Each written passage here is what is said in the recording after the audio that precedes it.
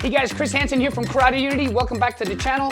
Our content focuses on cross-training and other arts and combat sports, technique videos, and podcast interviews in order to make your base art better. And in my case, it's karate.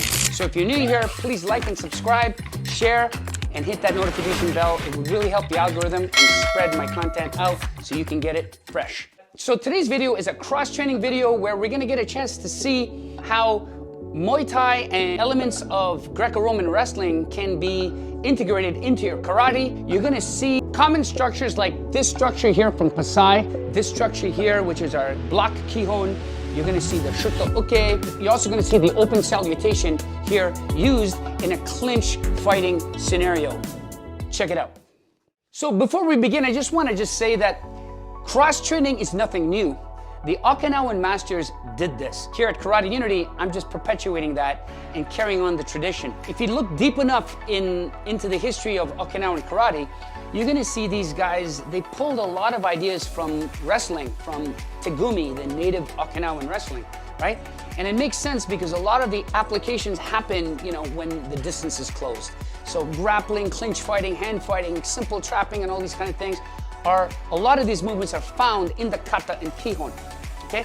Secondly, if you look into the history of these masters, you're gonna see that a lot of these guys cross-trained as well. Back in the day, given their means, they went off to, for example, China and took some ideas from White Crane Kung Fu and all these other things, just to name a few, okay? There was also a strong Southeast Asian influence, from Southeast Asian martial arts into karate as well. And I think it's important for us to continue this on because it's a good learning paradigm. We can only get better through cross-training, and so the way to do it is to go out there and check out biomechanical principles from other artists and combat sport players, right? This way you get to see how things are done alive in different perspectives, not just within your stylistic box. So check it out. So in the first section here, we've got, for example, the Muay Thai plump. Now, this movement here, you see a lot of this in the salutations and a lot of these booms, right? So a good application would be, the Muay Thai plump, where you're securing this and you're bringing it down, right? And this biomechanically is the same as that plump position. Coach Jakub, when he brings me in, he's got bicep control, he's going heavy on the bicep, and he's putting his hands right up. Well, check it out on an angle, right in front of his head. Well, guys, karate guys know what that is. That is our Jodan Uke, okay? That's our high block position. And what we're doing is to make this structure stronger, okay? And this hikite over here, okay?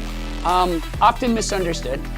Okay, remember, all these things are used in conjunction with each other. So this hikite over here is to keep heavy on that hand, to check that hand, okay? And we're pulling it down, keeping it close, elbows in, and this hand is right up here, okay?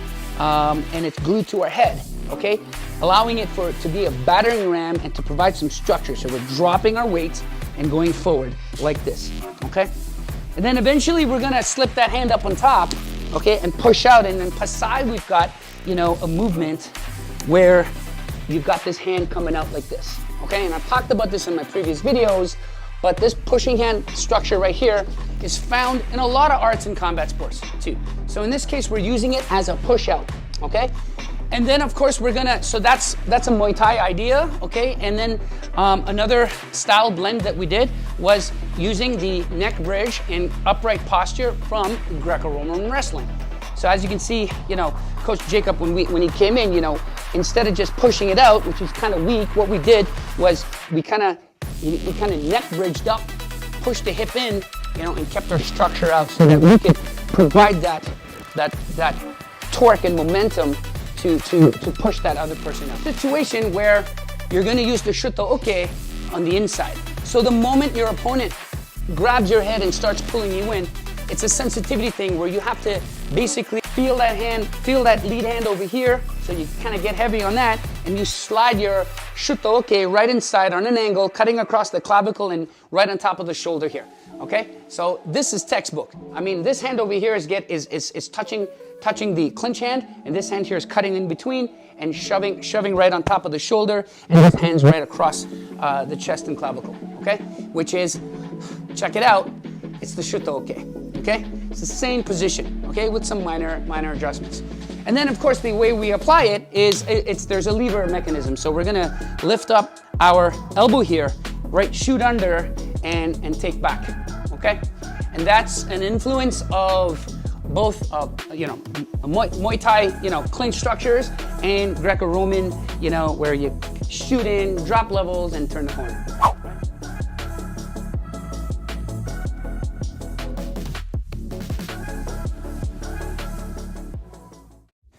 So there you have it, guys. Common structures in karate. You've got this motion, you've got this motion, you've got this motion, or this motion here, you've got this motion here, all used functionally in a clinch type of scenario, influenced by Muay Thai and Greco-Roman wrestling. Guys, I can't stress enough how important it is to get out there, cross-train, and touch hands with other combat sport players and other artists, right? It can only make your game get better.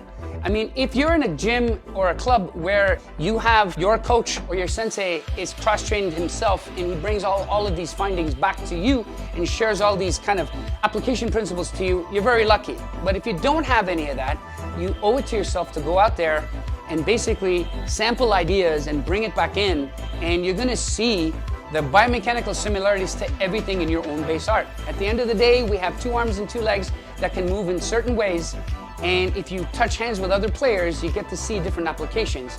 It's a no-brainer, guys. The masters did it. Go back in history and check it out. Respectfully, you will see that these masters did that. They cross-trained in Chinese Kung Fu, other Southern martial arts, Southeast Asian martial arts, and they kept an eye out on the Western martial arts too, like boxing and wrestling. And if you go deep enough, for example, Nagamine talks about wrestling, Aikido, boxing, Kendo, and how that informs footwork for dynamic mobility and all these kind of things.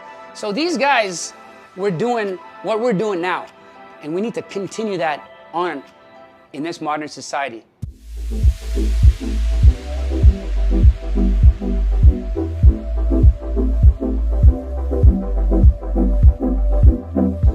Chris Hansen signing out. One love. Remember to treat each other with kindness and respect. And don't forget to hit that subscribe and that notification bell. One love. Peace.